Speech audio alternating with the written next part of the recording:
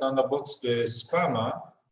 Je propose qu'on commence tout de suite et puis ceux qui doivent nous rejoindront en cours de route. Donc pour ceux qui ne me connaissent pas et ceux qui ne me connaissent pas, je m'appelle Jérémy Berliou, je suis le président de l'Association démocratique des Français de l'étranger en Turquie, la DFE, Français du monde. Et au vu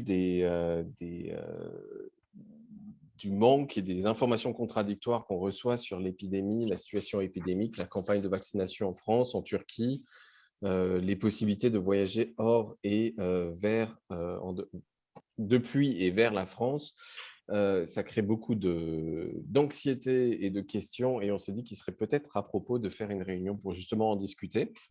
Alors d'abord discuter de la situation en Turquie, et puis ensuite permettre à tout un chacun de poser les questions que vous pouvez peut-être avoir, et puis essayer d'y répondre. Si on ne peut pas y répondre, au moins prendre les questions, on se renseignera, on continuera d'harceler le consulat pour qu'ils répondent aux questions qu'on leur pose généralement, et puis on postera les questions ensuite sur les réseaux sociaux et notamment sur Facebook.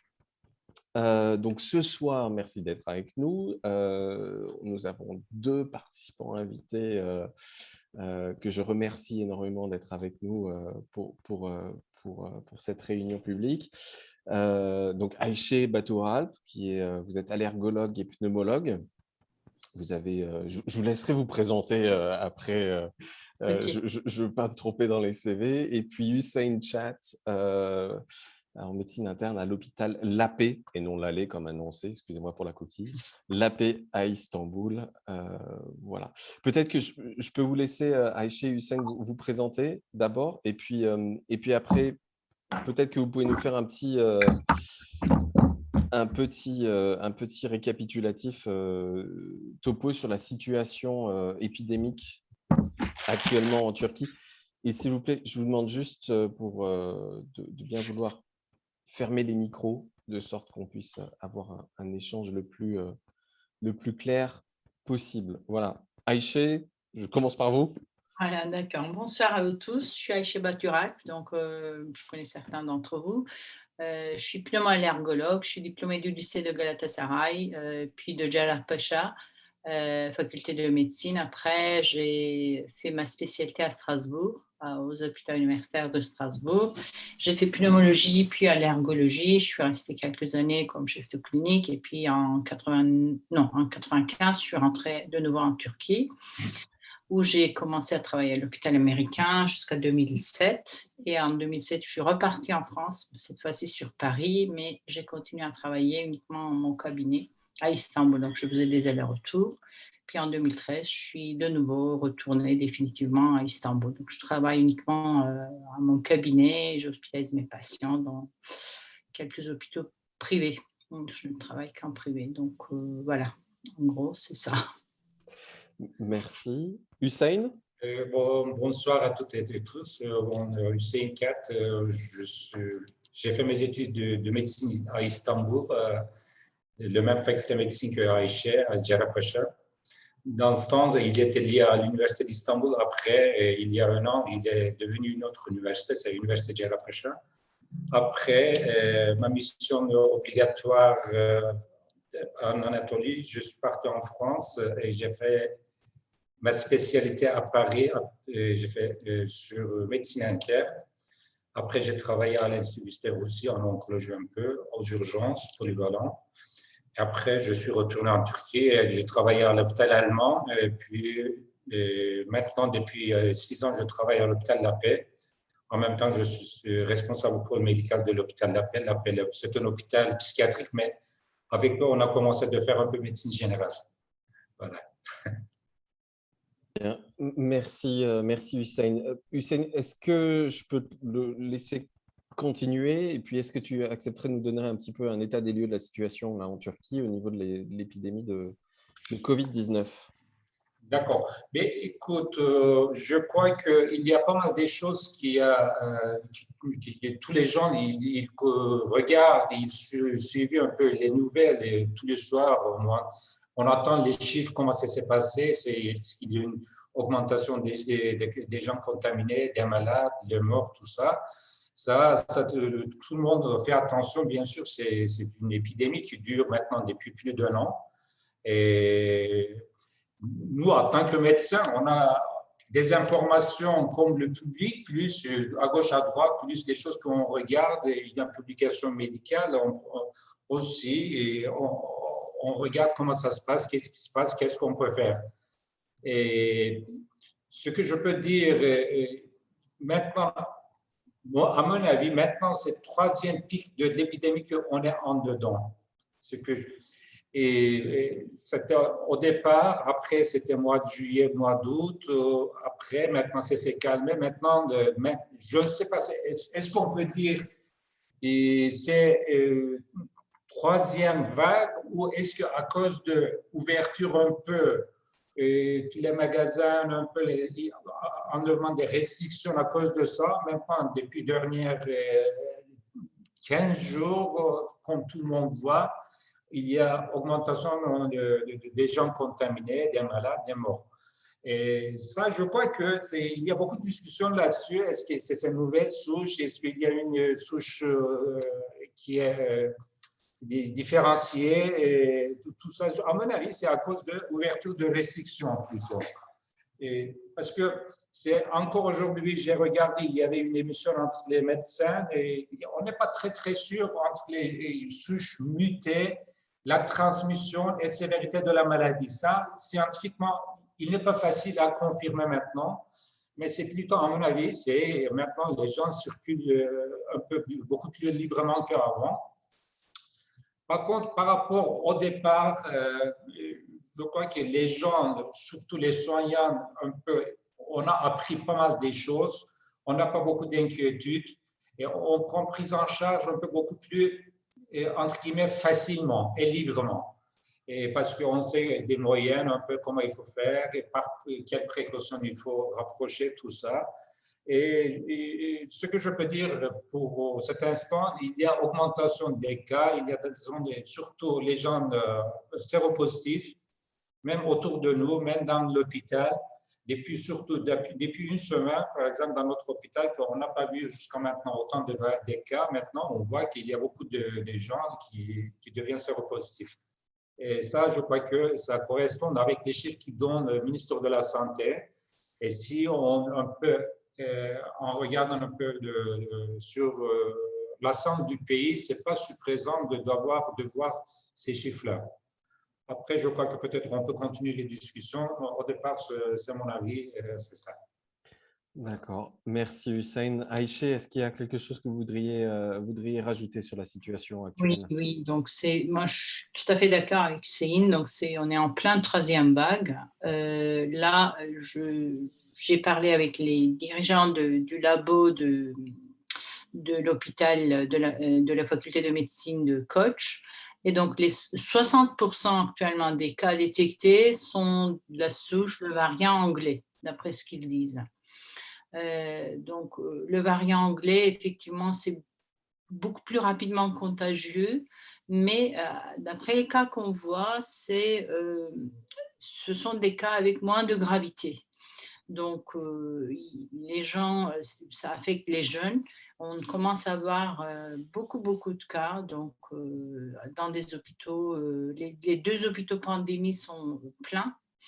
Et donc en privé aussi, mais la plupart des patients ne nécessitent pas d'hospitalisation, au contraire du début de la pandémie, alors qu'on hospitalisait presque tous les patients, parce qu'ils nécessitaient de l'oxygénothérapie, etc.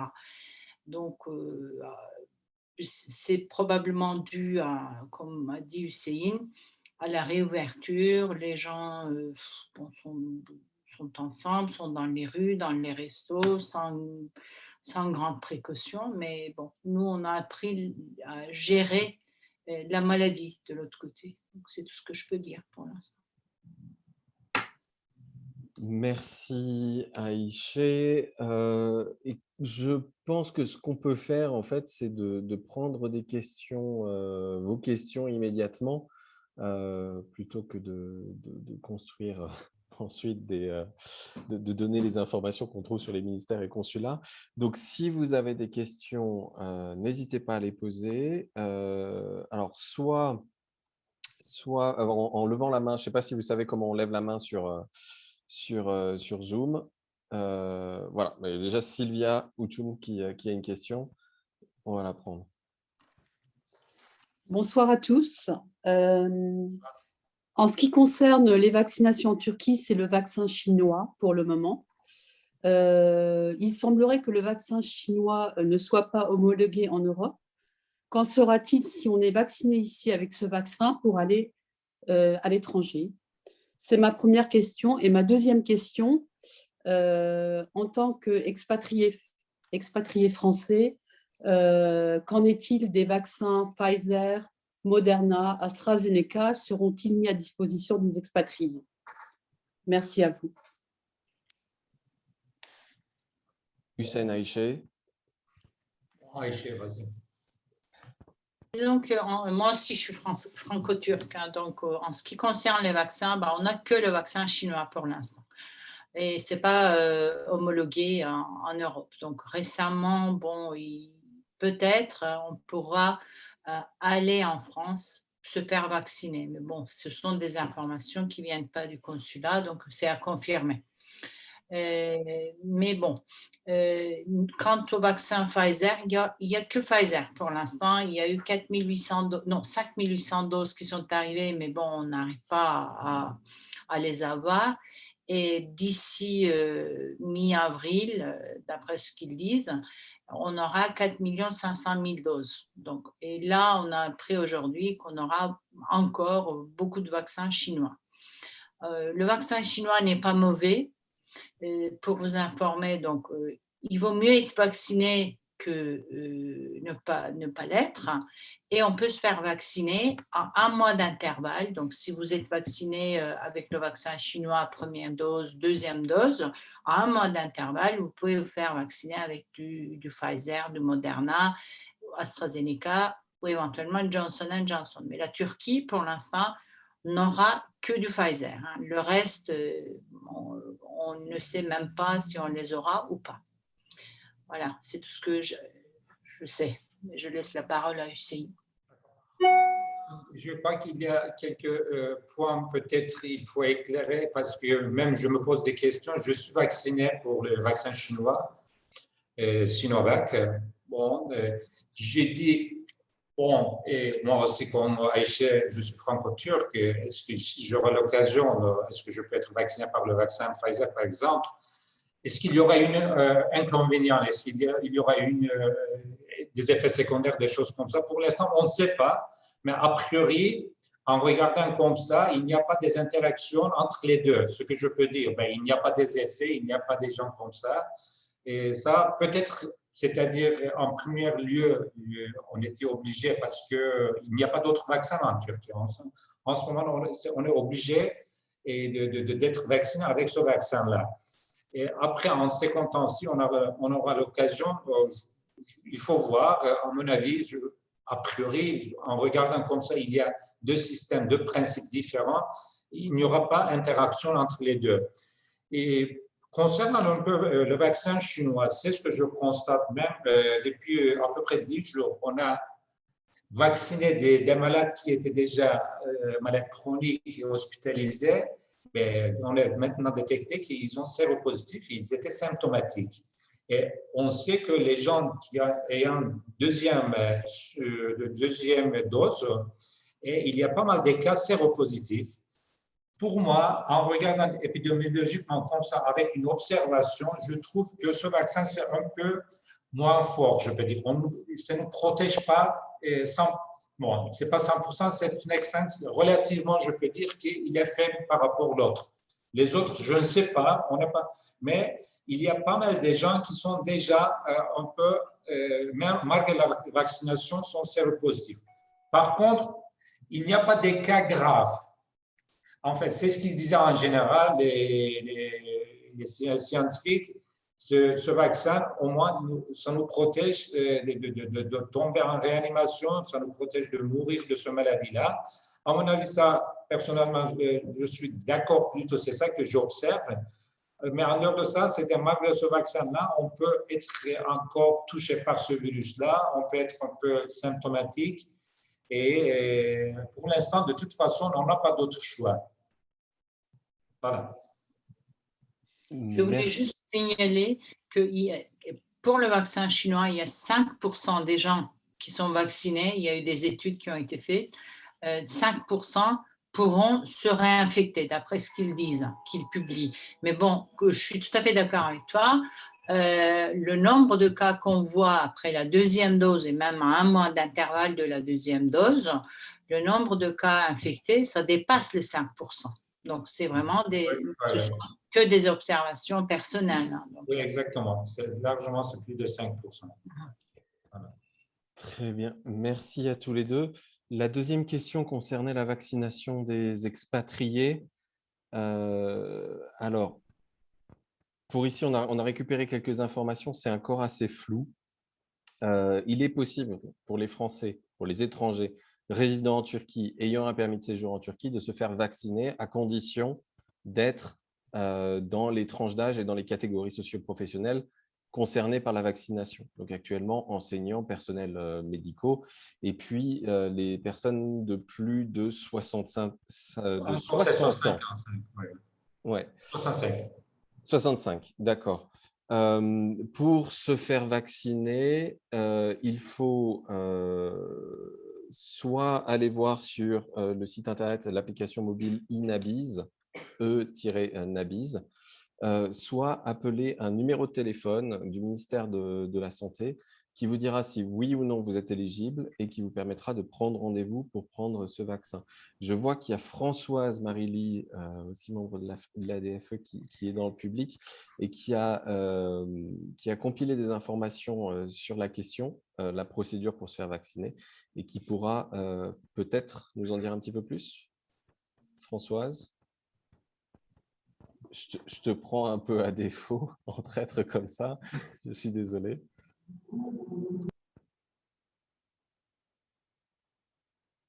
On ne t'entend pas. Ton micro est coupé, Françoise.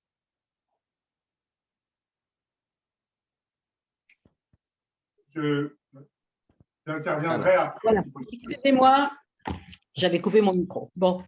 Oui, donc le numéro dont tu parlais, je crois que c'était le 212, hein, si c'est bien ça. Il me semble, bon. Oui. Voilà. Bon, et oui, alors donc aujourd'hui, j'ai eu ma deuxième injection donc de vaccin chinois. Moi, ce qui m'a étonné, c'est qu'en fait, il n'y a pas tellement de gens qui se font vacciner. C'est pour ça, d'ailleurs, j'ai posé la question, quel était le niveau de vaccination en Turquie? Alors, donc, c'était un grand hôpital, donc Acıbadem. Donc, ils ne donnent pas de documents. Donc, on a demandé un document en particulier. Donc, c'est aussitôt électronique. Donc, c'est aussitôt enregistré. Et c'est aussitôt enregistré si tu as un compte Nabiz. Donc, toute la procédure est électronique, quoi.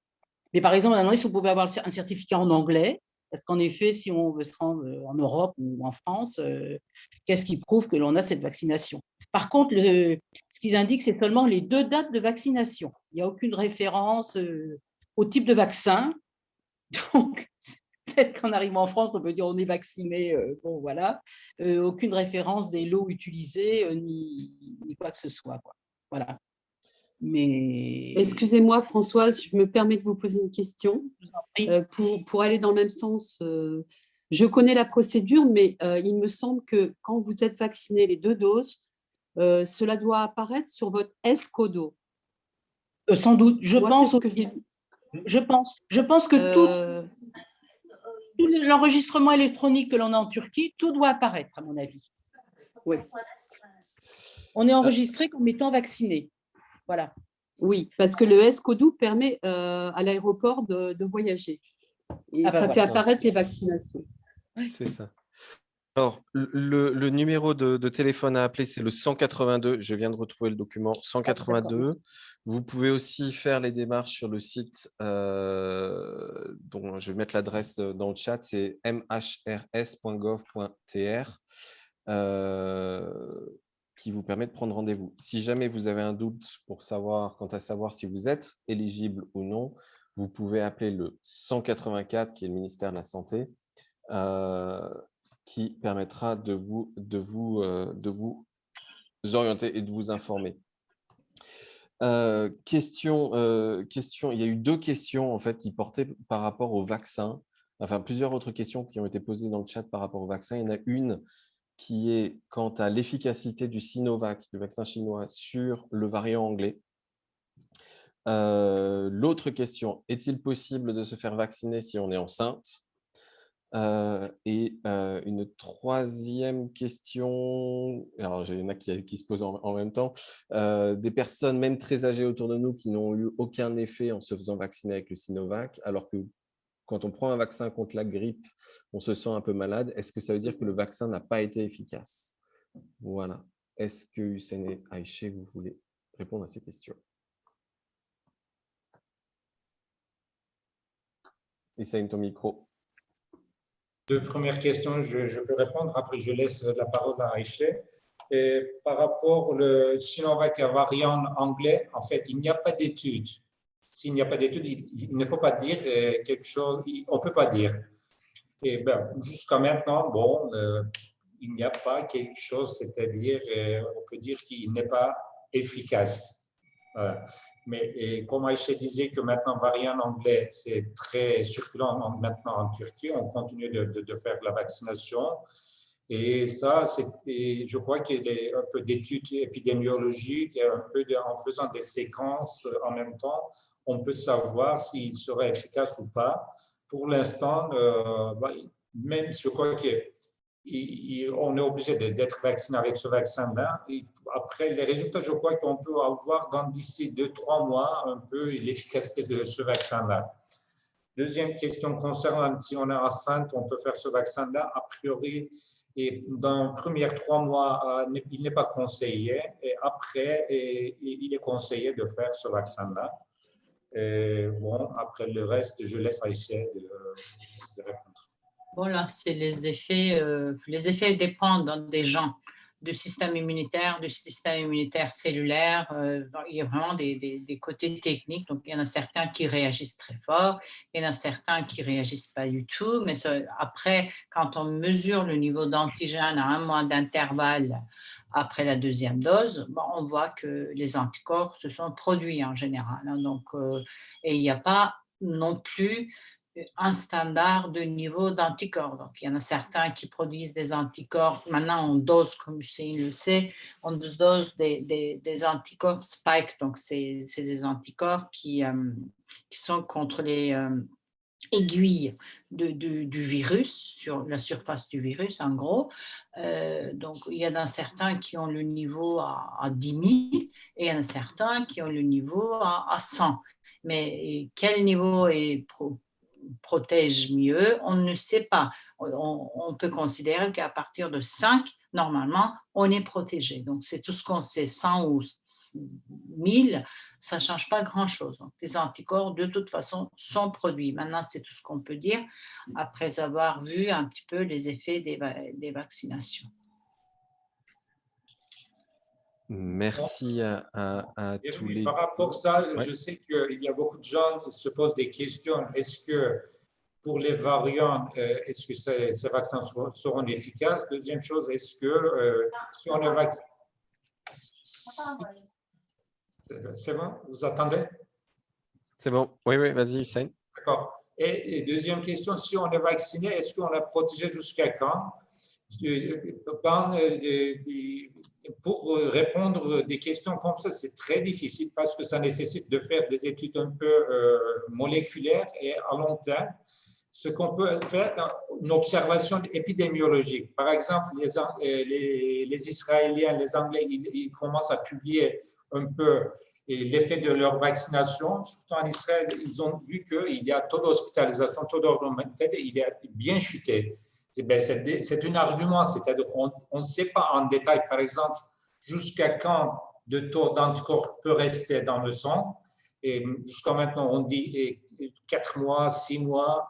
Mais après, il y a un peu des immunités cellulaires aussi. Ça, on ne sait pas encore. Il y a beaucoup de choses à dire là-dessus. Et surtout, on sait que dans le court terme, la vaccination, ça va être un de principales armes pour faire chuter ou pas, pour contrôler cette maladie-là.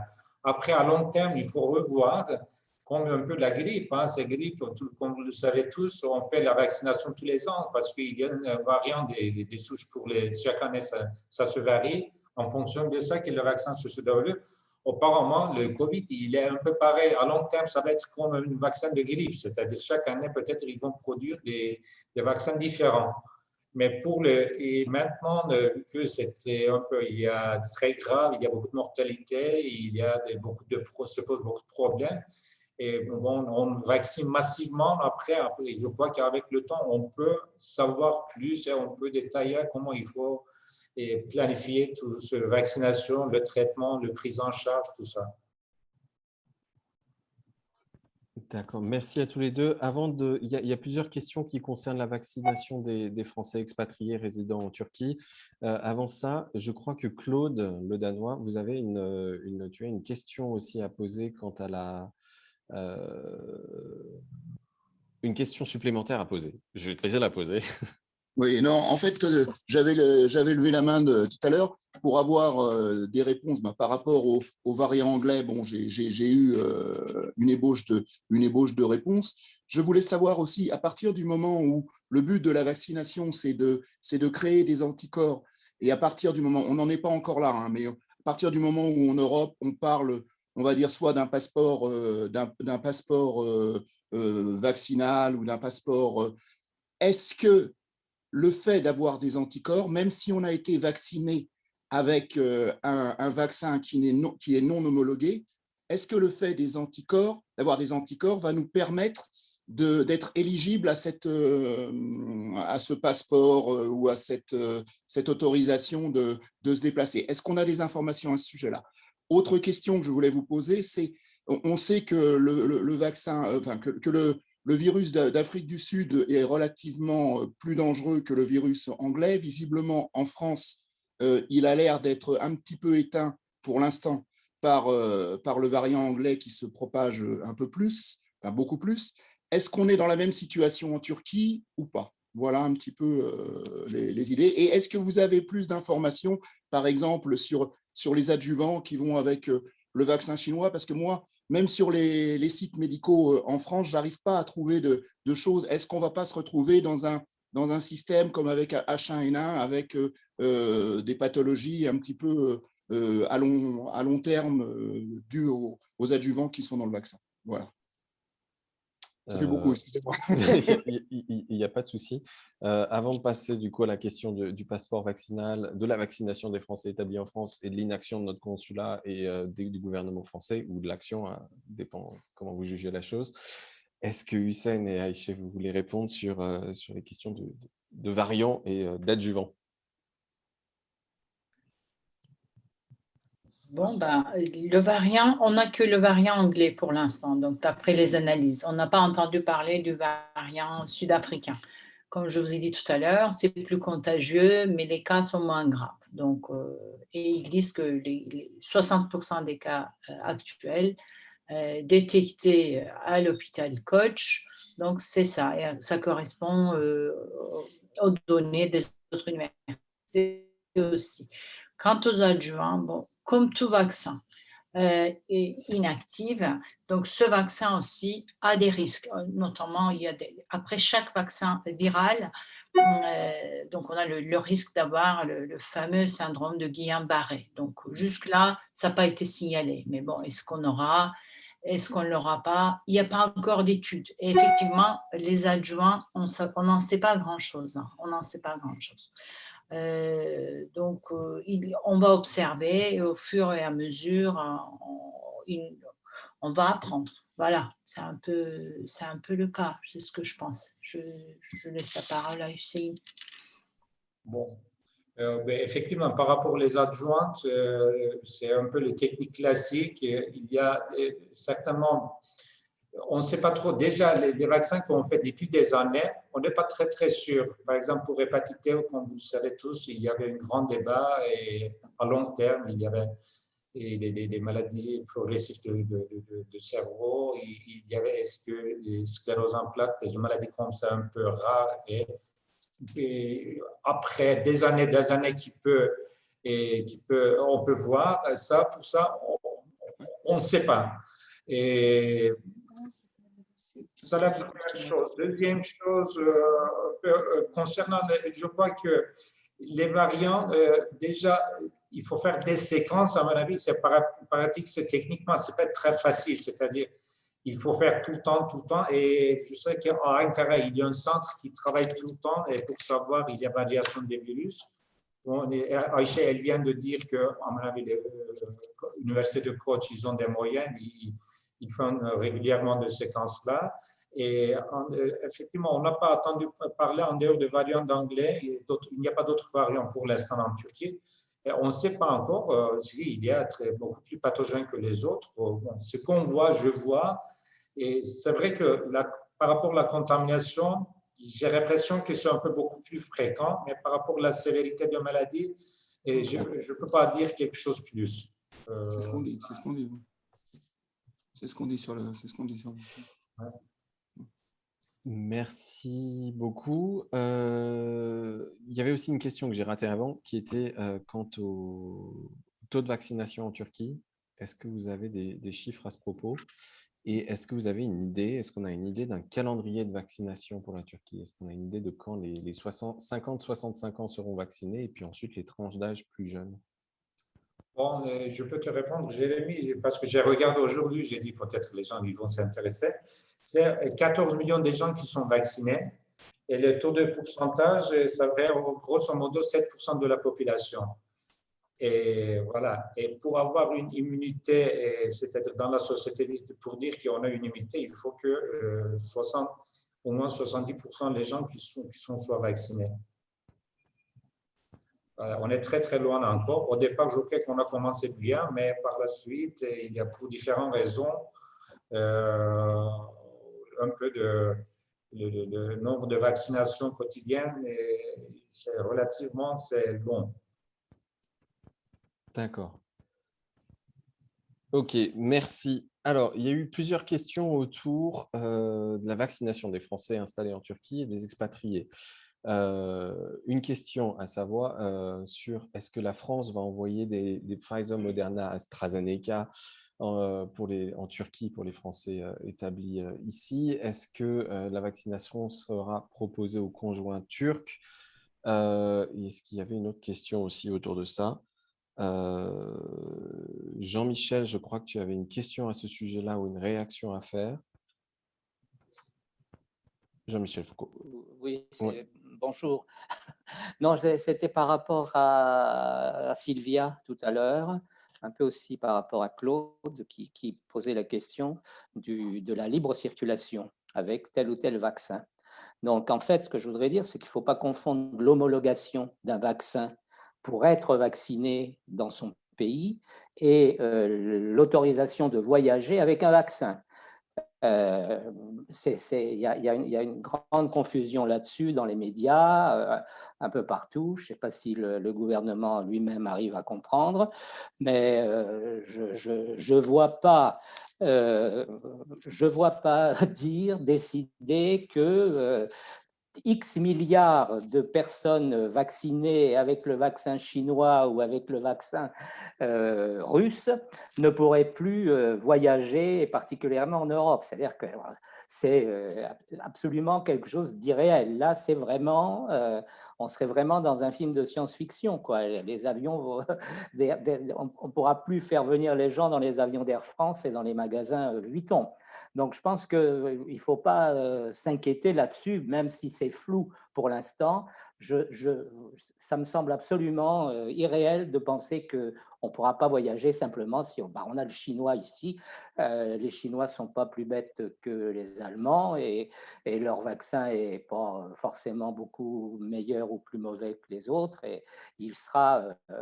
d'une façon ou de l'autre, on aura un certificat vaccinal avec ce vaccin. Ça va arriver. Bon, là, ça mélange un peu actuellement, mais vraiment, franchement, je ne crois pas que ce soit le problème. Voilà. Pour l'instant, sur la question du passeport vaccinal, l'Union européenne a rendu une première copie de la question. Le passeport vaccinal ne sera pas obligatoire pour se déplacer parce que ça contreviendrait au principe de libre circulation au sein de l'Union européenne. C'est la même raison pour laquelle l'interdiction de rentrer et de rentrer sur le territoire français pour les ressortissants français et leurs conjoints mariés pacsés a été cassé par le Conseil d'État il y a 2-3 semaines. Donc, il est possible aujourd'hui de rentrer en France avec votre conjoint, même s'il n'est pas français ou française. Et je voulais aussi juste préciser une chose, il est possible de rentrer en France pour se faire vacciner.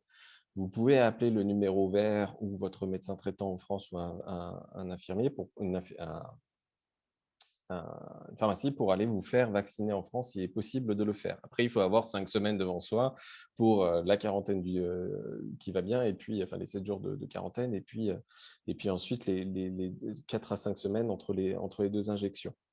Mais il est possible de le faire. Les autorités françaises nous disent depuis le décembre qu'ils réfléchissent à savoir comment on va faire pour vacciner les Français qui sont installés hors de France. Pour rappel, on est à 1,6 million inscrits sur les registres de Français établis hors de France, 2,5 millions établis hors de France selon le ministère des Affaires étrangères, probablement même un peu plus. Donc, il y a un problème de ce côté-là. Le secrétaire d'État aux Français de l'étranger, M. Lemoine, a devisé un plan qui a réparti la planète en 3 catégories. Première catégorie, les pays où on peut se faire vacciner, il n'y a pas de souci, vous y êtes, vous vous faites vacciner avec des vaccins homologués. Les pays où...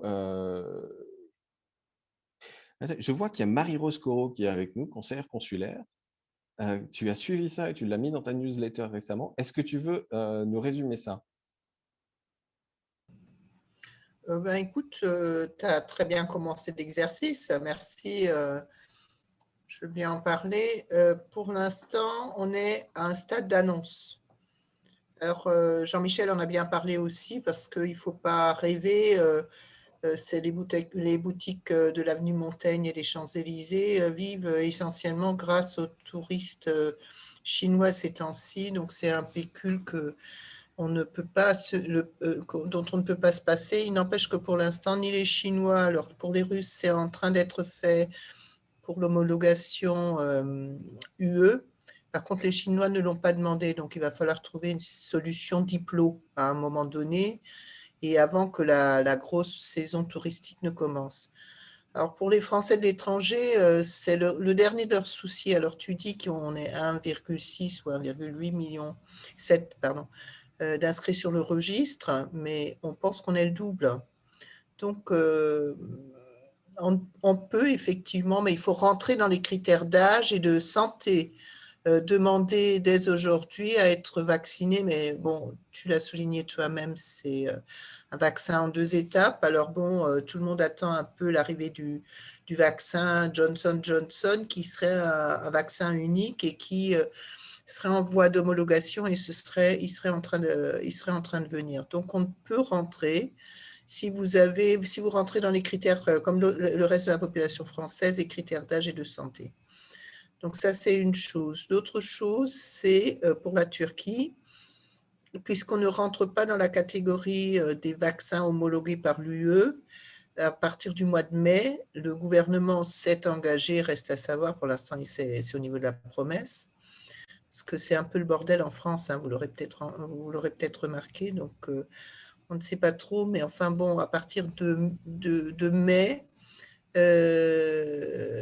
les autorités françaises exporteraient donc des vaccins homologués UE, ce n'est pas forcément AstraZeneca, mais enfin qui seront homologués pour vaccins de la population française à l'étranger.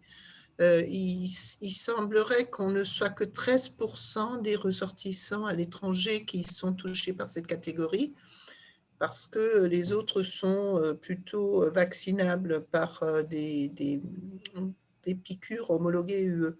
Alors, pour les conjoints, c'est une bonne question. Alors, je ne sais pas ce que tu as fait, Jérémy, parce que les conjoints non français des ressortissants sont sur ce qu'on appelle un registre de protégés. Et je ne sais pas si eux sont concernés. Tu en sais peut-être plus que moi là-dessus. Moi, je comptais poser la question, mais la poser maintenant, c'est ne pas avoir de réponse. Donc, le moment venu, quand on saura qu'il y aura avec certitude qu'il y aura des vaccins qui viendront, à ce moment-là, il faudra poser la question. Merci Marie-Rose. Comme ça a été rappelé, Michel, je te passe la parole juste après. Comme ça a été rappelé, on a très peu d'informations qui nous viennent des autorités. Alors, ne parlons même pas du consulat, ça fait des mois qu'on les harcèle pour qu'il y ait au moins une communication pour dire qu'on peut se faire vacciner en Turquie et que ce n'est pas du vaccin homologué, mais qu'il y a quand même une possibilité de se faire vacciner et d'écrire un peu les démarches. Et vous avez vu le résultat, il n'y a pas d'informations qui sont données là-dessus pour le moment. Donc, on continue à suivre la question. Michel, tu voulais poser une question. Tu as la main levée.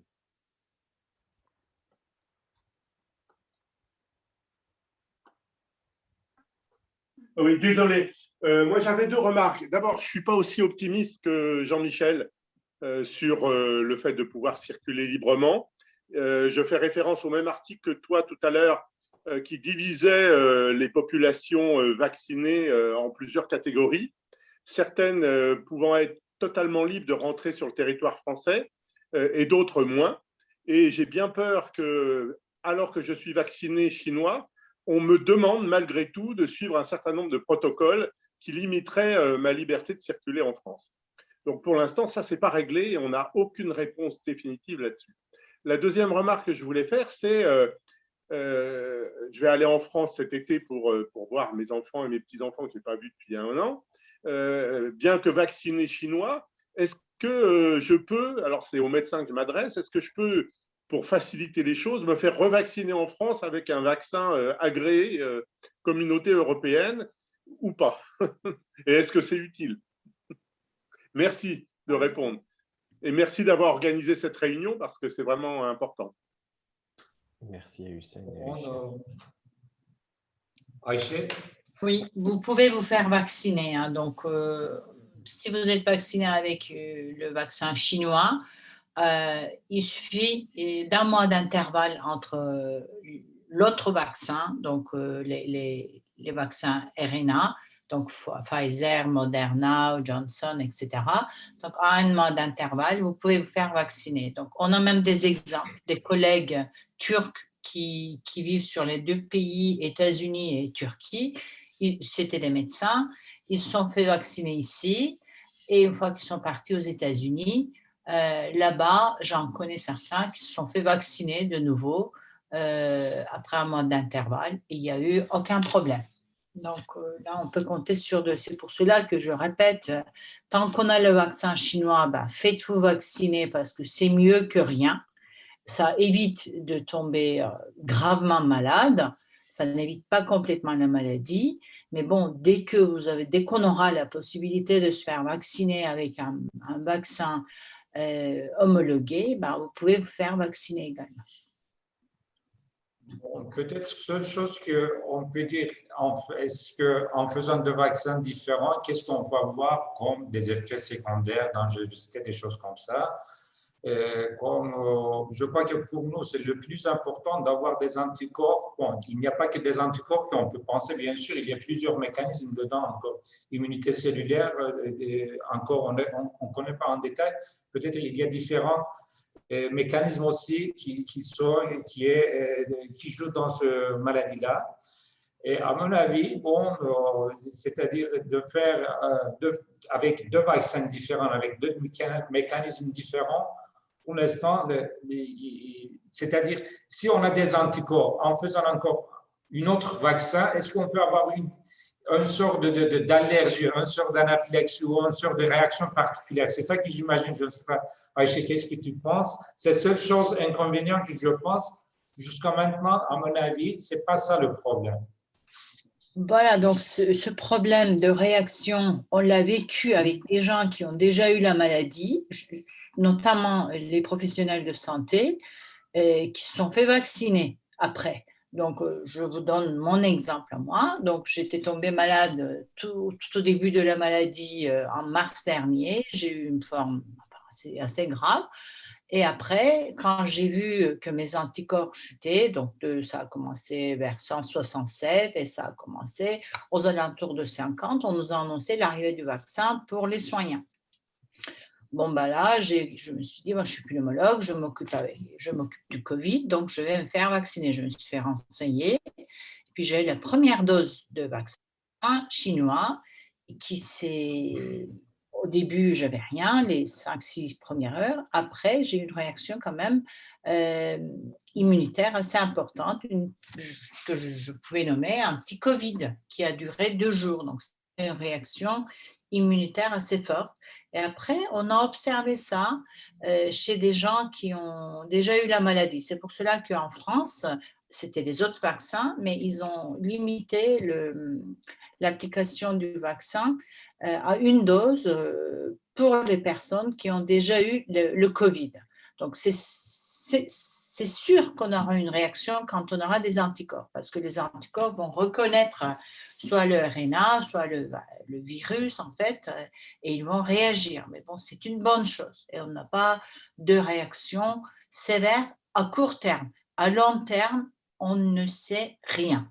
Rien. Mais bon, on est dans une situation qu'on ne peut pas dire aux gens non, non, non, attendez, ne vous faites pas vacciner. Ça, comme je suis du même avis que Céline, donc il faut se faire vacciner avec le vaccin qu'on trouve. Mais peut-être, pardon. Oui, Céline.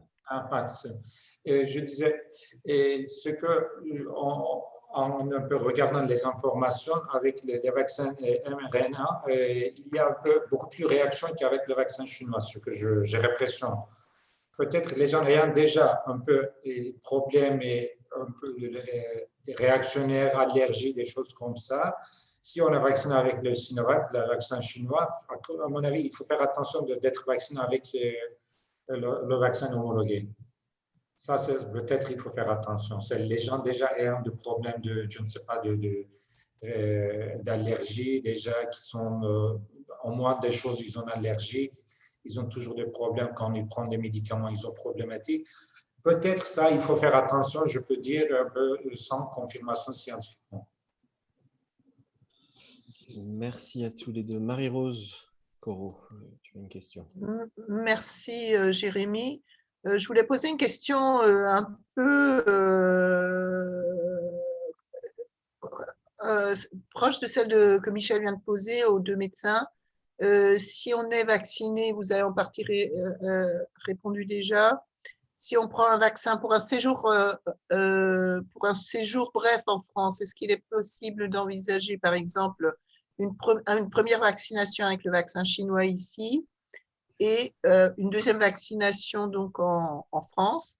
Et est-ce que cette deuxième vaccination pourrait être considérée, médicalement parlant, après, d'un point de vue légal, on verra, mais cette deuxième vaccination pourrait être considérée comme rappel, comme deuxième vaccin, complétant l'ensemble de l'immunité par rapport au virus? Tu veux dire faire la première injection avant de partir en France et avoir la deuxième injection après, mais avec un différent vaccin?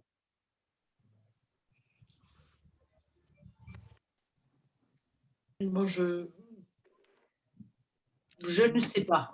Ce sont deux mécanismes différents qui agissent de façon différente. Donc, franchement, on n'a pas d'idée de ce que ça peut donner. Et je ne sais pas. Franchement, je ne sais pas. Est-ce que c'est innoté? Je ne sais pas. De toute façon, dans aucun algorithme, ça existe. Hein. En plus, il n'est pas en ce moment-là de faire un algorithme comme ça. Je crois qu'aucune autorité scientifique peut être encouragée pour faire un algorithme comme ça pour l'instant. Parce que ça prend la responsabilité. Il y a des problèmes. Ces vaccins, c'est quand même un médicament, plus que médicament, on peut dire. Et je crois que, c'est-à-dire les gens individuellement, ils peuvent prendre la responsabilité.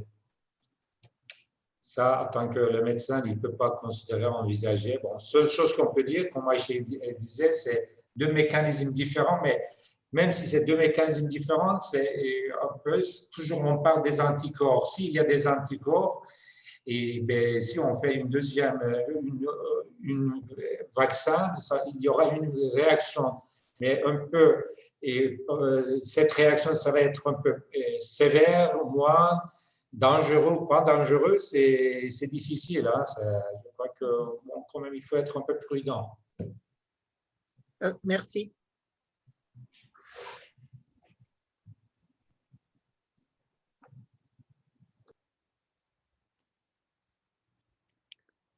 On ne t'entend pas, Jérémy, il faut mettre ton micro. Excusez-moi. Question suivante. Savez-vous quand les 50-65 ans seront vaccinés et les tranches d'âge plus jeunes?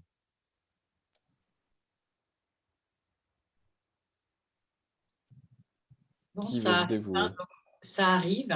Les vaccins arrivent. Donc, ils ont déclaré, il y a des coupures de vaccins, hein, donc de la part de Chine. Par quelle raison, pour quelle raison, on ignore la raison. Mais bon, au fur et à mesure, tout d'un coup, là, il y a encore donc ils vont vite commencer à vacciner les tranches d'âge 50-65 ans. Je pense que ça va arriver. Mais les jeunes, je ne sais pas. Noémie Cohen, vous avez une question à poser. J'ai une question, mais c'est plus sur le taux de contamination dans les écoles. C'est pas très clair pour moi et par rapport à nos enfants.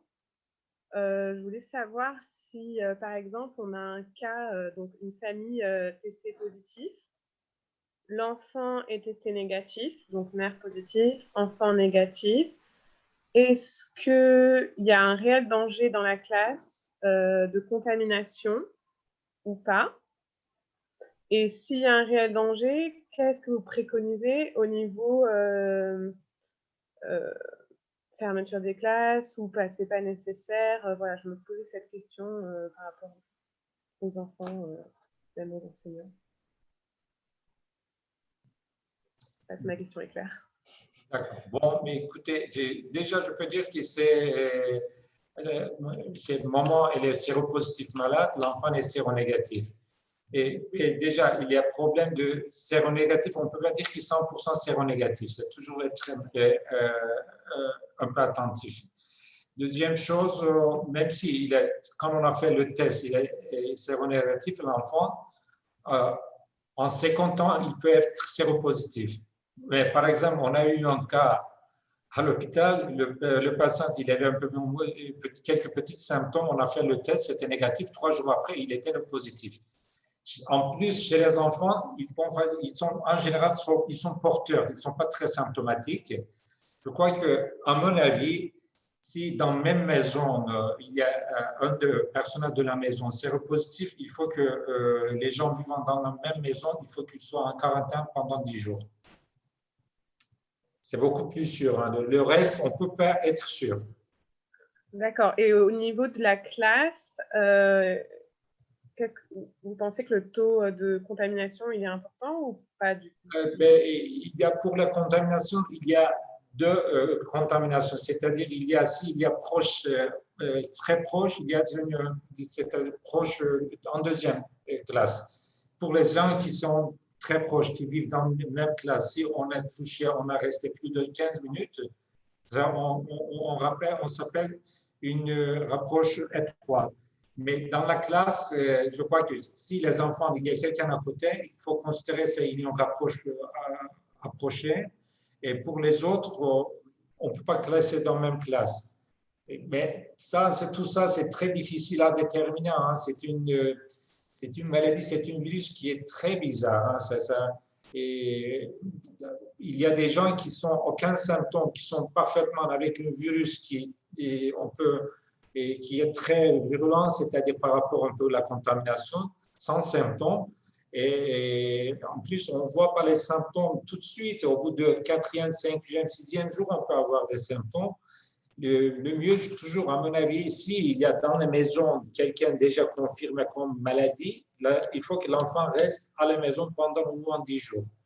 Je ne sais pas, ça montre un peu l'interprétation, c'est comme ça. Je ne sais pas, Aïcha, qu'est-ce qu'elle pense? Exactement de ton avis. Hein. Donc, il y a déjà le PCR, c'est 60%, ça va à 60% des cas qui sont, il y a 60% de taux positifs. Hein. Donc, il y a des faux négatifs, beaucoup de faux négatifs. Donc, comme le docteur Chat a dit, donc il faut que l'enfant reste à la maison si quelqu'un, un membre de la famille, s'est avéré positif. Mais bon, ce n'est pas très évident parce qu'on sait que moi, j'ai vu aujourd'hui un patient qui avait été testé positif, mais il a été à son travail jusqu'à ce qu'il apprenne le résultat du test. Donc, c'est complètement irresponsable aussi. C'est vraiment une responsabilité personnelle avant tout. D'accord. Et une dernière question, qu'est-ce que vous pensez du vaccin pour les enfants non majeurs? Parce que je sais qu'on commence à en parler, vacciner les enfants. Et je voulais savoir si vous aviez un avis dessus. Ça ne sera pas pour tout de suite déjà. Donc, ni avec le vaccin chinois, ni avec les autres vaccins. Ça ne sera pas pour tout de suite. Et pour le futur, on ne sait pas. On ne sait pas parce que les enfants sont, comme a dit Hussein, donc sont plutôt porteurs que malades.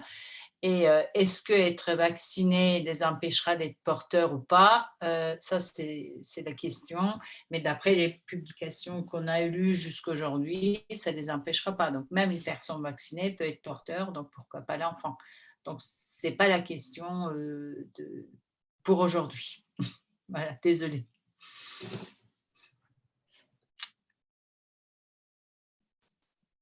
On ne vous entend pas. Je vais y arriver. Merci. Claude Le Danois, vous avez encore des questions à poser? J'avais pas levé la main. Non. Je voulais juste rajouter qu'il semblerait qu'avec le variant anglais qui est beaucoup plus contagieux, les enfants aient plus de risques d'être vecteurs contaminants. Je disais que donc il faut en tenir compte. Est-ce qu'on a envisagé dans les écoles ici d'avoir des tests salivaires ou des choses comme ça qui pourraient être des choses qui se font en France? Voilà, c'était juste une réflexion à ce sujet-là, mais je n'avais pas levé la main. Je voulais juste écrire. Excusez-moi de vous avoir perturbé avec ça. Il n'y a pas de souci. Ça n'existe pas. Il n'y a pas de test salivaire. Il y a test antigène. Pour savoir si on a des anticorps, il y a test anticorps. Et à part de PCR, pour l'instant, à ma connaissance, il n'y a pas d'autres tests rapides et relativement par rapport au PCR. Ça n'existe pas. En France, on parlait de fournir dans les écoles des tests salivaires pour pouvoir voir si, en gros, pour faire comme un PCR, quoi, mais beaucoup plus rapidement. C'était pas on travaillait pas sur l'anticorps, on travaillait sur, alors avec une efficacité qui est un peu moindre, mais voilà, c'était une idée qui était à la dernière rentrée. Déjà, l'efficacité du PCR, c'est 60%. La sensibilité des tests salivaires sera nettement moindre. Donc, il y a eu des travaux qui ont été faits à Acıbadem, la faculté de médecine. Mais bon, ce n'est pas fiable. C'est pas fiable. Moi, je ne me fierai pas aux tests salivaires en tant que médecin. Peut-être pour le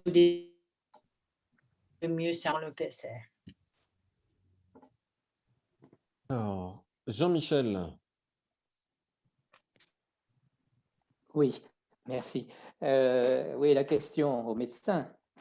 Si j'ai bien compris, le fait d'être vacciné ne protège pas à 100% sur le fait d'attraper la maladie. C'est-à-dire qu'on peut être vacciné, attraper la maladie, mais ne pas avoir de symptômes graves grâce au vaccin.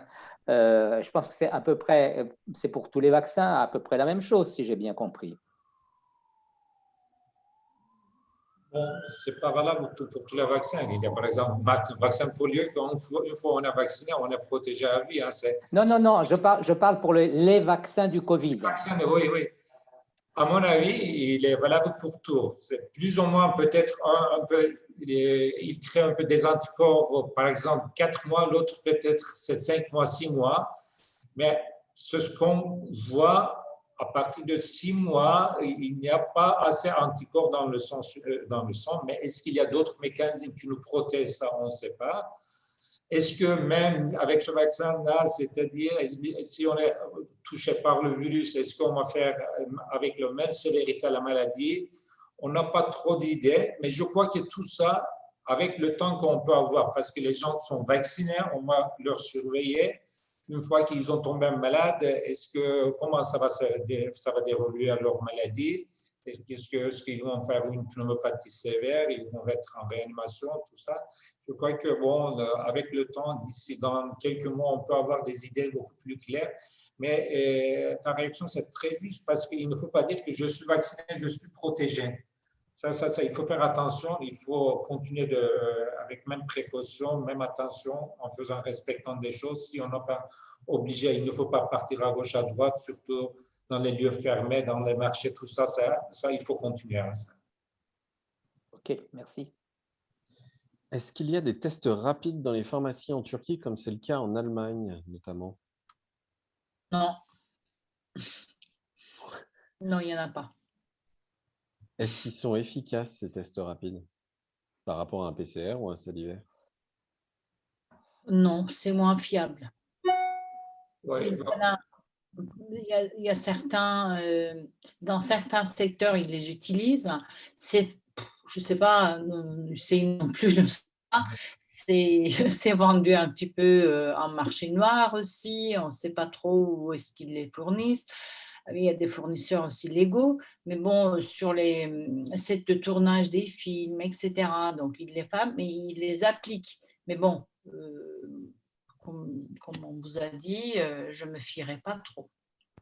Bon, c'est vrai que c'est un grand marché pour le secteur pharmaceutique et les matériaux médicaux. C'est vrai qu'il y a plein de différents tests qui sont sortis, même avec les grandes boîtes pharmaceutiques qui on sait leur nom, leur un peu fiabilité.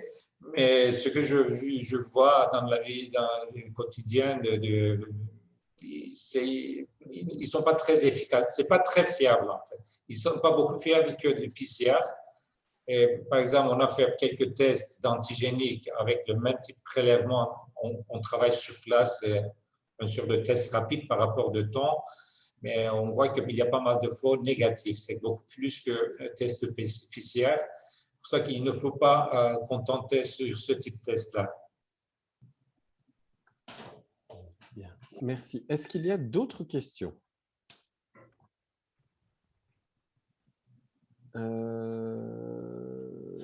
Quel est le délai entre les deux injections? Est-il différent selon le vaccin? J'ai entendu dire que pour l'AstraZeneca, on peut attendre 3 mois. Est-ce vrai?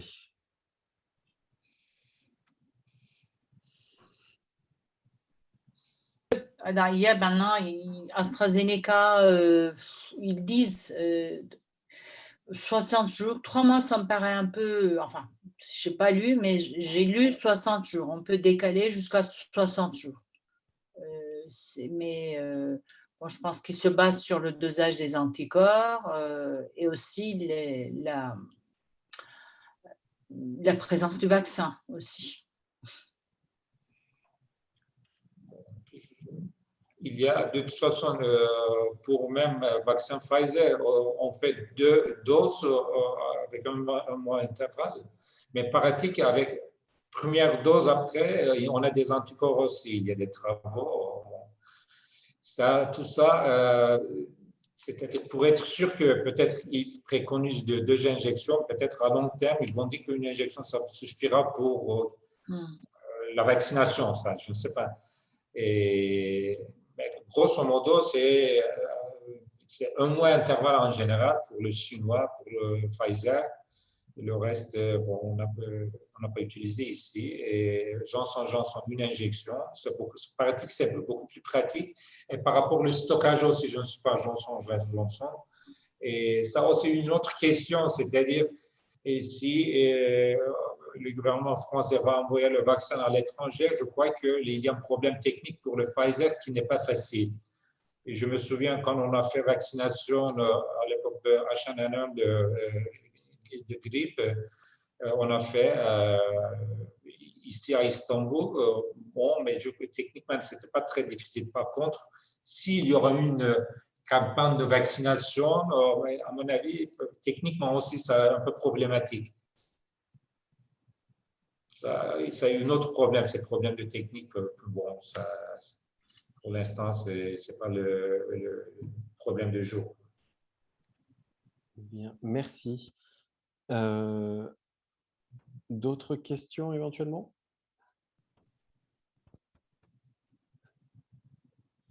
Un, deux, trois. Adjugé, Oui, vendu. dernière question que Ouais. j'avais déjà mise par écrit. Est-ce qu'il y a systématiquement une recherche des anticorps en Turquie après la deuxième vaccination? Ça pourrait même permettre d'avoir plus d'informations sur l'efficacité du vaccin. Est-ce que c'est fait ou pas? Ça, c'est la première chose. Et la deuxième chose, vous aviez parlé tout à l'heure du fait qu'on avait un échappement à peu près de plus de 5% au vaccin chinois. Est-ce que vous avez l'impression, vous qui êtes sur le terrain, que depuis qu'on a le variant anglais, cet échappement a augmenté ou pas? Ou il est pareil? Voilà, excusez-moi. Déjà, pour votre première question, en privé, oui, on fait le dosage.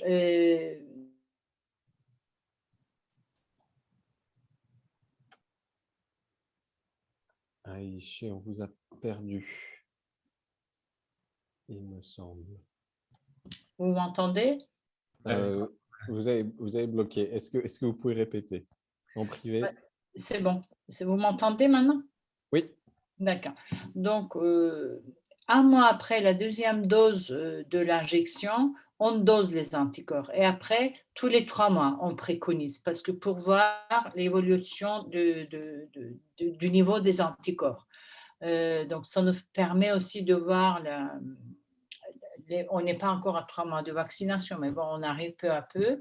Et donc, ça donne déjà dans des hôpitaux publics où les gens qui se font en public, on ne le fait pas. L'État de PSR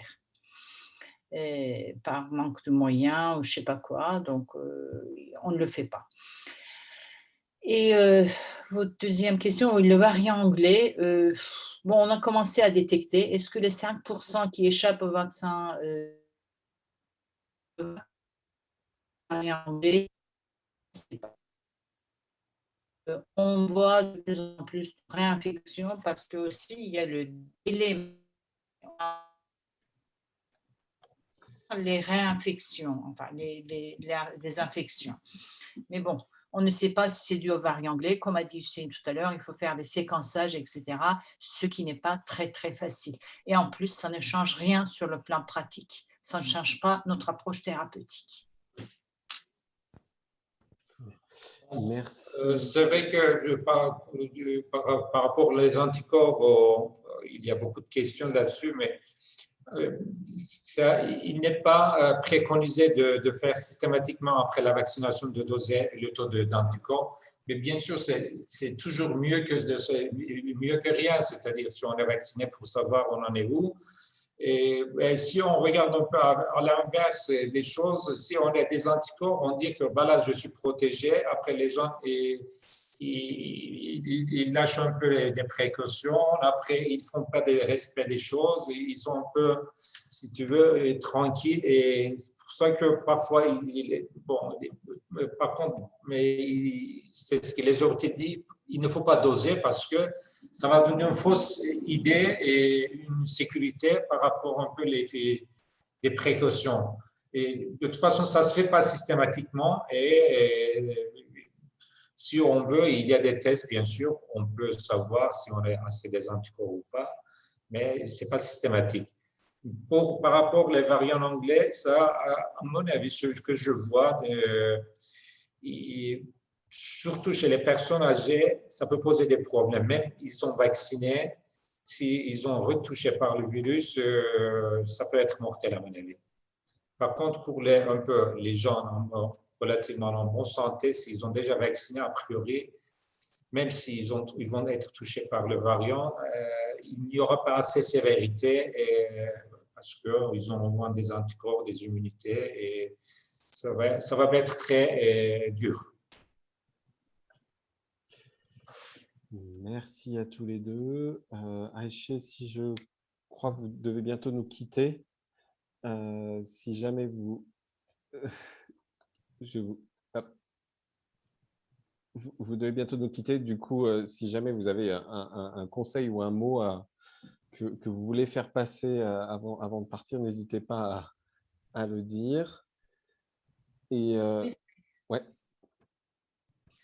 Moi, c'est essayer de prendre les mesures préventives, hein, donc de ne pas lâcher, surtout de ne pas lâcher. Je sais qu'on est à la première année de cette maladie, mais bon, ça va encore durer.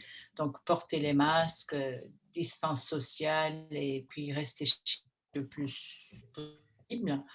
L'hygiène des mains, ça, ce sont des 3 choses essentielles. Et puis la deuxième chose, c'est le vaccin quand même. Donc, quand on a accès à un vaccin, ben, il faut se faire vacciner. Et je pense que d'ici quelques mois, il y aura le taux pas le vaccin, mais le taux d'anticorps qui sera mis en question pour pouvoir voyager librement. Donc, par exemple, quelqu'un qui a eu la maladie, qui n'a pas été vacciné, ben, qu'est-ce qu'il fera? Ce sont des questions qu'on se pose aussi entre les médecins. Donc, on est tombé malade, on a les anticorps et on ne peut pas se faire vacciner tout de suite. Donc, est-ce qu'on ne va pas pouvoir voyager du tout? Donc, d'ici quelques mois, il y aura plutôt le taux d'anticorps. C'est tout. Et je vous remercie beaucoup. Je ne vous entends pas, on ne vous entend pas. Et je vais y arriver, vraiment, ça va plus du tout. Merci beaucoup, Aïché Batorab, pour votre participation ce soir. Merci beaucoup. Merci, docteur. Merci. On a encore 2-3 questions qui sont là. Marie-Rose, vous avez la parole. Merci. Moi, j'ai 2 questions, mais c'est dommage qu'Aïché s'en aille, donc je les pose à Hussein.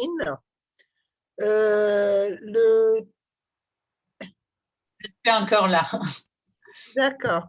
La première, c'est les autorités turques ont annoncé il y a quelques jours qu'ils allaient faire importer du Pfizer. Je pense que c'est un tout petit peu diplo aussi, puisque ce sont voilà, des chercheurs d'origine turque qui ont beaucoup contribué à la mise en place de ce vaccin. Est-ce qu'on est sûr d'une certaine manière, est-ce qu'on a de quoi contrôler, les autorités ont de quoi contrôler que la distribution de ce vaccin qui a une excellente réputation mondialement soit affectée de manière équitable? Ou est-ce que ce que je crains, mais c'est vous qui saurez, ça va être un peu la surenchère et tout le monde, ce sera un petit peu, il y aura des pressions à droite, à gauche pour obtenir ce vaccin pour soi-même. La deuxième question, j'arrête et après j'arrêterai, c'est sur les tests buccaux. En Autriche, ils les donnent gratuitement dans les pharmacies, donc il y a un petit contrôle. En Allemagne, vous l'achetez chez Lidl ou chez Aldi. Donc, dans les supermarchés low cost, comme chez nous, par exemple, ça pourrait être choc. Vous les achetez à pas cher et on se rend compte que les gens l'utilisent un peu, je vais aller visiter des amis, je fais un test pour voir si je ne prends pas de risque. Est-ce que ça ne risque pas d'une part, faire baisser ce que vous disiez à Aïché, les précautions, le masque, les distances et l'isolement? Et d'autre part, est-ce que le domaine médical garde le contrôle sur le comportement médical des gens qui pourraient être à un moment donné avoir des tests positifs? Voilà, donc pour la première question concernant oui, les vaccins, bon, c'est vrai qu'on a eu 5800 doses là, il y a 4 ou 3 jours. Mais on ne sait pas qui les aura. Donc, on a demandé aux chambres de médecins, etc. Personne ne sait. Donc, franchement, étant de Galatasaray, j'ai des connexions même dans l'État. Personne ne sait rien. Je pense que ces 5000 doses, on ne les aura pas, nous, prochainement. Mais le BioNTech s'est engagé à nous fournir 5 millions de doses au total. Donc, on les aura. Mais pour quand, on ne sait pas. Et les discussions continuent depuis début novembre pour le vaccin Pfizer. Mais bon, ils ont signé, ils ont re-signé, je ne sais pas du tout ce qui s'est passé. Mais je pense que quand on aura le reste, les 4,5 millions, je pense qu'on pourra avoir accès plus facilement à ces vaccins Pfizer. Et pour votre deuxième question, j'ai déjà dit, en tant que pneumologue, déjà, on n'est pas sûr de la fiabilité des tests PCR.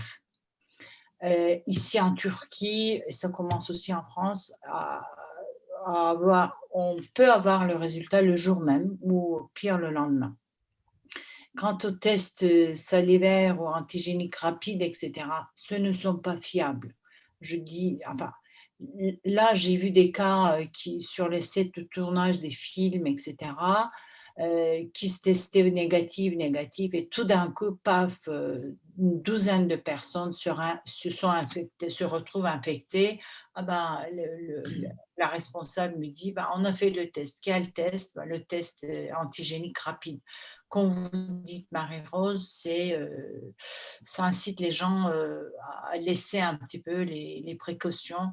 Et nous, en tant que médecins, on n'est pas trop pour. Bon, je voulais faire quelques commentaires là-dessus.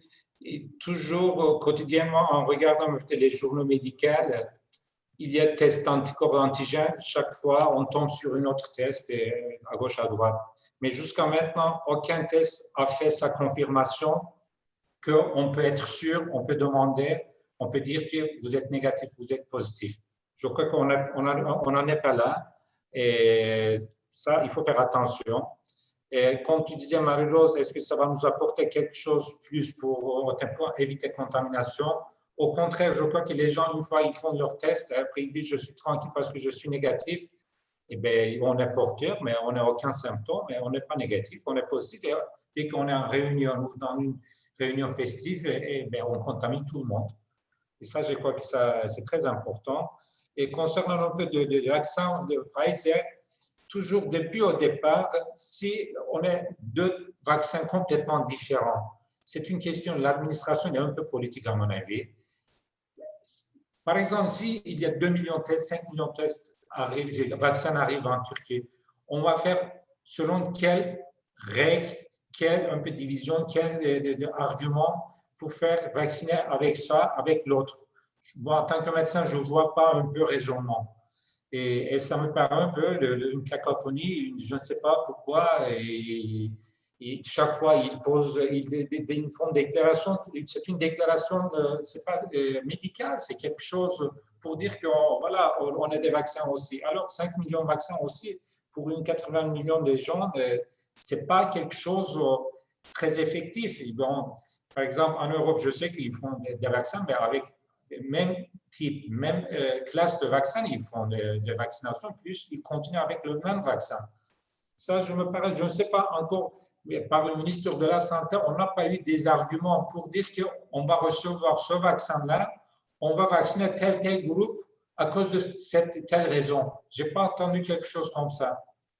Voilà, ça, je crois que c'est quelque chose de différent. Ce n'est pas pour un peu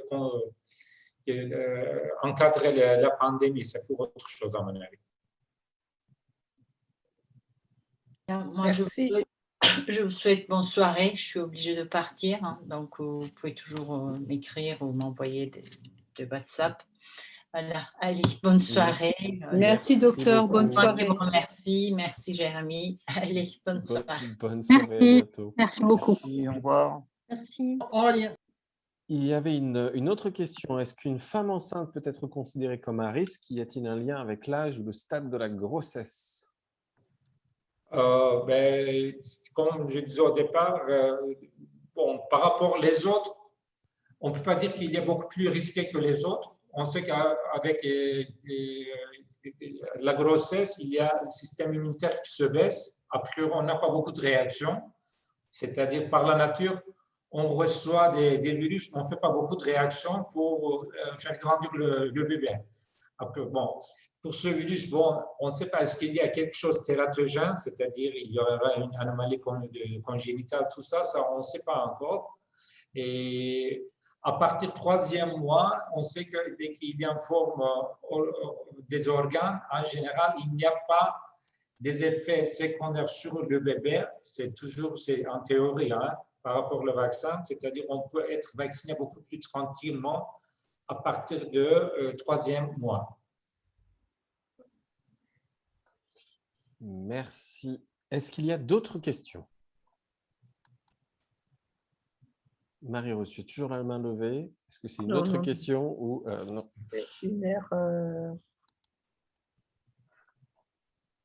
Juste une question par rapport aux femmes enceintes, c'est bon, anecdotique, mais notamment, on parle de risque de thrombose avec certains vaccins, genre le Pfizer ou genre l'AstraZeneca, ce qui est actuellement pas mal à la mode. Chez la femme enceinte, comme il y a une coagulation qui est un tout petit peu différente, est-ce qu'il y a eu des études qui ont été faites? Et par rapport au vaccin chinois aussi, est-ce qu'il y a eu quelque chose de fait? C'est anecdotique, hein, mais c'est juste pour avoir votre… Oui, tu as raison. On sait qu'avec la grossesse, il y a un risque de coagulation beaucoup plus fort que les autres, les gens normaux. Et il y a un risque de thrombus, en fait, thrombose. Et avec le vaccin, surtout AstraZeneca, comme vous savez, il y a beaucoup de cas de problèmes de thrombus. Apparemment, c'est quand même une complication sévère. Et il ne faut pas négliger. Bon, les Anglais disent que bon, non, ça, c'est pas lié à ce vaccin-là. On n'est pas très sûr. Et chez les femmes enceintes, à mon avis, il faut, pour l'instant, il ne faut pas faire, à mon avis. Ça, voilà. Il faut, je ne dirais pas que, bon, non, comme le vaccin classique, c'est plutôt, je peux dire que déjà, par rapport aux autres, on peut le faire, mais avec le reste, je crois que déjà, c'est-à-dire, avec ce type de vaccin, c'est la première fois qu'on l'utilise. Et deuxième chose, avec ce problème de coagulation, c'est quelque chose d'important. Déjà, on sait que c'est une complication qui n'est pas en général très fréquente. Et avec, par exemple, avec différentes utilisations des hormones, il y a plein de gens qui utilisent des hormones, mais c'est 1 million% des gens qui peuvent faire cette complication. Avec ce vaccin-là, je crois que c'est parce que déjà, c'est protéine qui peut déclencher une réaction comme ça. Et l'autre problème, pour détecter une complication comme ça, il faut faire des tests génétiques, c'est-à-dire il faut doser des protéines C, protéines S, il faut savoir s'il y a des facteurs de coagulation qui sont déjà déficitaires. Et en fonction de ça, on peut avoir une idée beaucoup plus claire. Ça, on ne peut pas faire publiquement. Et par des travaux épidémiologiques, on peut savoir combien % des gens qui peuvent faire cette complication. Si c'est nombreux, je crois que, bon, après, on va dire que les gens ayant dans des antécédents déjà problème de coagulation, il ne faut pas faire tel vaccin, à mon avis. C'est pour ça que je voulais que, par rapport à la question, est-ce que la grossesse peut être considérée comme quelque chose à risque? C'est pour ça que je voulais avoir votre réponse. Oui, c'est considéré un risque, oui, déjà. Avec la grossesse, on sait qu'il y a un risque de thrombus. Hein. Merci. Merci beaucoup. Alors, il y a une question. Pour résumer, pour savoir si et quand on est éligible pour être vacciné, on va sur eNaBiz où on appelle le 182. En fait, toutes les semaines dans la presse, le gouvernement annonce quelles sont les catégories de la population qui sont éligibles à la vaccination en Turquie. Pour l'instant, c'est les personnes de plus de 65 ans, les enseignants, il y a une liste établie par le ministère de l'Éducation et de la Santé, et les personnels médicaux. C'est les seules catégories pour l'instant qui sont éligibles à la vaccination actuellement en Turquie. C'est bien ça, Hussein? Oui, oui, c'est bien ça. Ouais. C'est bien ça. Donc, en fait, dans les semaines à venir, il y aura des annonces des autorités qu'on peut retrouver dans les médias turcs, turcophones, anglophones, qu'on retrouve aussi généralement repris par le Petit Journal, dont on salue le travail. Et il faut regarder régulièrement pour savoir quelles sont les catégories ouvertes. En cas de doute, effectivement, vous pouvez appeler le 182 ou le numéro 184. Le 184, c'est le numéro du ministère de la Santé qui pourra vous renseigner. Voilà. Et pour rappel, les mesures impérieuses pour rentrer en France ayant été levées, il n'y a plus de problème pour rentrer en France, il faut toujours un PCR. Vous pouvez vous faire vacciner en France, même si vous résidez hors de France. Vous pouvez appeler le numéro vert, appeler votre médecin généraliste en France, appeler un pharmacien, prenez rendez-vous, vous pouvez le faire en France, à condition à nouveau d'être dans les clous de la campagne. Et pour l'instant, on est toujours avec plus de 75 ans dans les centres de vaccination en France. Donc voilà. Jérémy, tu sais, le taux de vaccination en France, c'est combien maintenant? Tu as une idée? On est à 3-4%, quelque chose comme ça. Oh, c'est très bas. Hein, ouais. Marie-Rose, tu veux ajouter quelque chose? Oui, je voulais simplement rajouter qu'effectivement, notre pays hôte est plus efficace en termes de vaccination que nous ne le sommes en France et en Europe. Certains pays d'Europe, je ne parle pas des Anglais qui sont très bons, je ne parle pas d'Israël qui a vendu toutes ses données médicales, mais enfin bon, ils sont débarrassés du Covid ou presque. Mais ce que je voulais dire aussi, c'est que les choses bougent très très vite, c'est-à-dire plus maintenant il faut espérer qu'il y aura des vaccins et différents vaccins. Je pense qu'on doit être là dans la situation la plus restreinte. Tout le monde nous promet des vaccins, tout le monde veut commencer à voyager, donc ils vont lever les interdictions des vaccins non homologués. Par contre, il y a un débat qui traverse l'Europe qui nous semble parfois un peu incongru à nous, c'est ce passeport médical qui en définitive est notre Health Code ici. Donc, les Européens vont s'y mettre aussi parce que d'une manière ou d'une autre, ils ne pourront pas voyager aussi facilement que ça, ils ne pourront pas accéder à un certain nombre de lieux publics aussi facilement que ça. Mais moi, je suis assez optimiste, d'une manière tout à fait raisonnable. Et puis, Hussein va peut-être nous confirmer ou affirmer. Mais je pense qu'en dans les 2 mois qui viennent, la situation va s'améliorer quand même si vaut mieux éviter de tomber malade d'ici là et puis garder ses distances et porter le masque.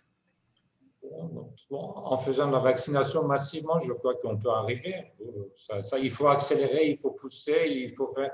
C'est ce qu'aujourd'hui, je crois qu'en France, ils ont déclaré qu'ils vont créer des centres, grands centres pour la vaccination. Je trouve que c'est une très bonne idée. Ils devraient faire au départ. C'est dès le départ, il faut faire vacciner. Je ne sais pas. C'est seul moyen pour encadrer cette épidémie. À part ça, il n'y a pas d'autre solution. Parce qu'avec cette épidémie, et le mode de vie actuel n'est pas très facile comme avant de faire interdire tout. Malgré l'interdiction, il y a des choses obligatoires. Quoi que ce soit, on n'arrive pas à empêcher 100% des choses. C'est ça le problème. Merci. Alors, apparemment, le taux de vaccination en France est de 9,45%. Merci, Laurent. Je suis un journaliste très mal informé sur mon propre pays. Merci à toutes et à tous. Est-ce qu'il y a d'autres questions? S'il n'y en a pas d'autres. Bonne santé à toutes et à tous. Merci Virgile, à toi aussi. Si je peux juste me permettre, n'hésitez pas. Notre consulat en Turquie, notre ambassade, ne se démarque pas vraiment. Non, pas du tout. En fait, tout. le service diplomatique en général français où que ce soit, est très mauvais sur la réponse et l'information des Français résidant hors de France. Ça fait, nous, des semaines, des mois qu'on les harcèle pour leur demander de faire du travail là-dessus. On leur demande de communiquer. Ils ne le font pas. Alors, il y a des raisons pour ça. Ils ne veulent pas prendre de risques. Ils se protègent, c'est clair. Mais il y a toujours des possibilités de faire de la communication là-dessus, de dire qu'il y a de la vaccination, de dire que les mesures impérieuses pour entrer en France ont été levées ou cassées par le Conseil d'État.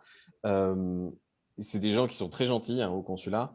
Donc, je pense qu'on peut les solliciter tout un chacun pour leur demander de faire un effort supplémentaire en termes de communication sur ces questions-là, parce qu'on est tous dans une situation de stress là-dessus, et plus on sera à les interpeller sur cette question, on peut espérer qu'il se passera quelque chose. Voilà. Et interpeller aussi vos conseillers consulaires qui ont un rapport direct avec le consulat de façon très régulière. Marie-Rose, d'ailleurs, conseillère consulaire. Oui, si tu permets simplement, parce que effectivement, on fonctionne en réseau, les autres postes consulaires ne sont pas plus prolixes que le nôtre, parce qu'ils ont les directives de Paris qui leur disent ce qu'ils peuvent dire et ce qu'ils ne peuvent pas dire. Pour l'instant, ils n'ont pas beaucoup d'informations qu'ils peuvent communiquer. Alors, tu as raison, effectivement, sur le fait qu'individuellement, on a des gens absolument charmants, mais en termes de communication, ils ne sont franchement pas très, très doués. Donc, je n'ai pas envie de les défendre parce que je trouve qu'ils ne nous facilitent pas les choses, ni aux élus, ni aux ressortissants, mais il faut leur laisser des circonstances atténuantes parce que Paris ne leur donne pas beaucoup de choses communicables. On est d'accord, qu'ils le fassent remonter à Paris. Voilà. Je suis désolé, un peu militant sur les bords. Est-ce qu'il y a d'autres questions? C'est tout bon. Alors, merci beaucoup. Merci Hussein d'avoir répondu à toutes nos questions. Merci docteur. Merci pour cette initiative. Bonsoir à tous et à toutes. Merci beaucoup. Merci beaucoup. Merci à la prochainement DFE. sur cette question. Dans quelques mois, probablement, on en reparlera. Merci à toutes et à tous. Et on pose des informations sur notre page Facebook régulièrement sur l'évolution de l'épidémie et des mesures. Bonne soirée. Bonsoir. Merci. Merci beaucoup. Au revoir. Merci.